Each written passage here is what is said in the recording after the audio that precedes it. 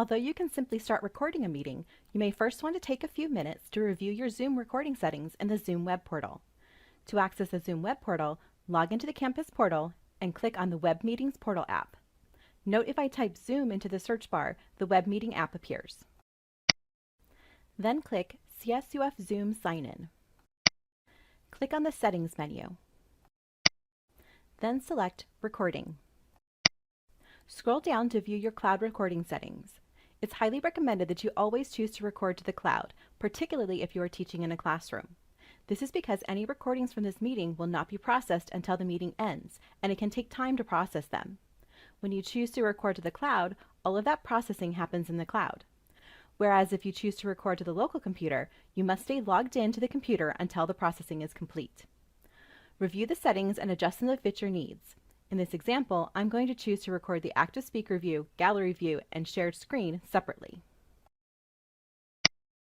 If you make any changes, be sure to click Save to save them. Note that you won't see the Save button unless you make a change. You'll see a notification that the settings were updated. It's also highly recommended that you connect your CSUF Zoom account to your CSUF Dropbox for Business account.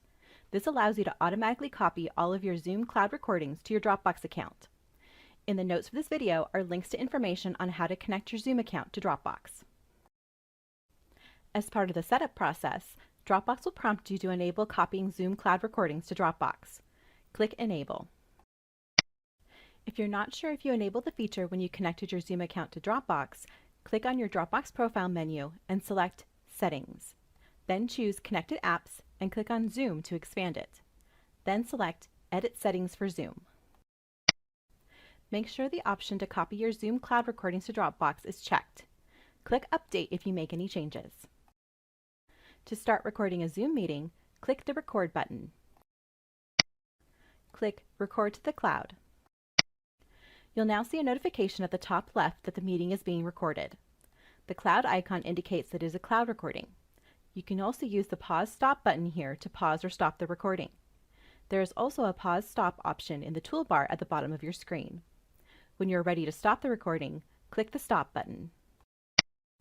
You'll see a pop-up message asking you to confirm that you want to stop recording. Click Yes. You'll see a notification that you'll get an email when the recording has been processed. Note that you can stop and start the recording multiple times during a meeting, but the recordings will not be processed until the meeting ends. You'll receive an email from Zoom once all of the recordings for your meeting have been processed. It's not recommended that you share the recording using the Zoom link because cloud recordings are deleted after 7 days.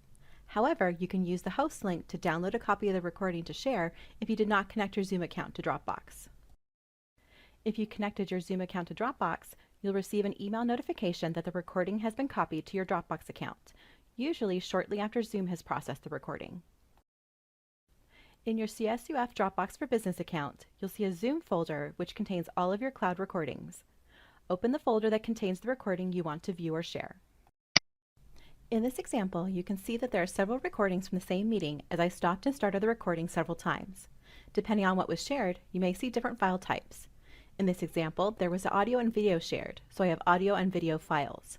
Notice that the audio files are just the audio from the meeting, but the video includes both the audio and video from the meeting. So if I want to share the meeting recordings, I will want to share the video files.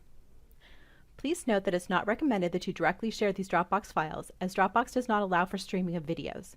It's recommended that you download the video files and upload to another source, such as YouTube or ShareStream. View the notes of this video for more information about sharing videos.